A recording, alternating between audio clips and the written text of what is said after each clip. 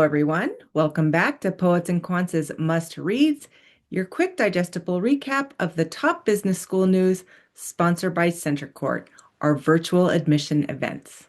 I'm your host, Christy Blyzeffer, and I'll be highlighting the most important P&Q stories you might have missed. So let's get to it. Number 1, consulting pay. What MBAs earned in 2025? Consulting Management, the leading trade magazine in the industry, released its consulting salaries report for 2026 with a bit of a warning. The era of automatic year-over-year salary increases is over, at least for now. Firms are holding the line on compensation not because consulting is struggling, but because it has become more efficient, more selective, and more strategically disciplined about talent investment, the report says. The report provides pay data for over 130 consulting firms, separating them between undergraduate and master's degree hires and MBA and PhDs. And we break down all that data and what it means for you in this story, now up in our trending tab. Number 2, how one business school in Minneapolis is navigating the ICE surge. As federal immigration enforcement surged across the Twin Cities, the University of St. Thomas Opus College of Business found itself navigating fear, uncertainty, and moral complexity, even as its campus remained physically untouched.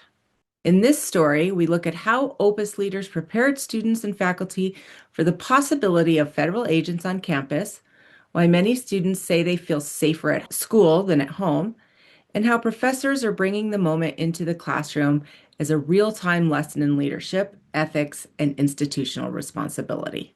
You can find it on our homepage. Number 3, MIT tops world university rankings for business and economics. Which universities actually deliver when you look beyond the MBA? In this data-heavy breakdown, we unpack the Times Higher Education's 2026 World University Rankings for Business Economics. MIT has once again claimed the top spot, beating out Stanford and Oxford. We explain how THE evaluates business education across teaching, research, industry ties, and international reach, why Asia universities are surging into the top 10, and where the methodology raises questions for prospective students. If you want the big picture view of global business education and what rankings do and don't tell you, this is worth a read, and you'll find it in our rankings tab. Number 4, our weekly roundup of news you can use. No matter where you are in your MBA journey, we bring several helpful stories to you this week. First up, the MBA application slump is giving hope for round 3. With international applications falling for top U.S. MBAs, this commentary from Matt Simons and Fortuna Admissions breaks down what it might mean for domestic hopefuls.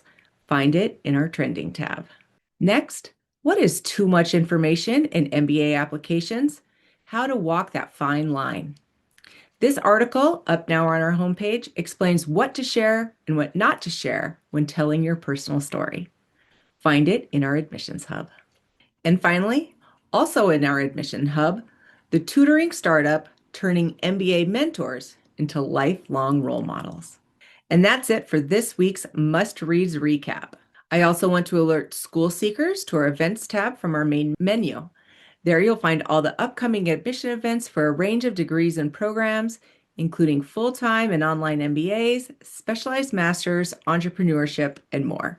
Registration is free. Again, I'm Christy Blyzeffer, and you can join me next week right here for a recap of what's important in the world of business education. Thanks for listening.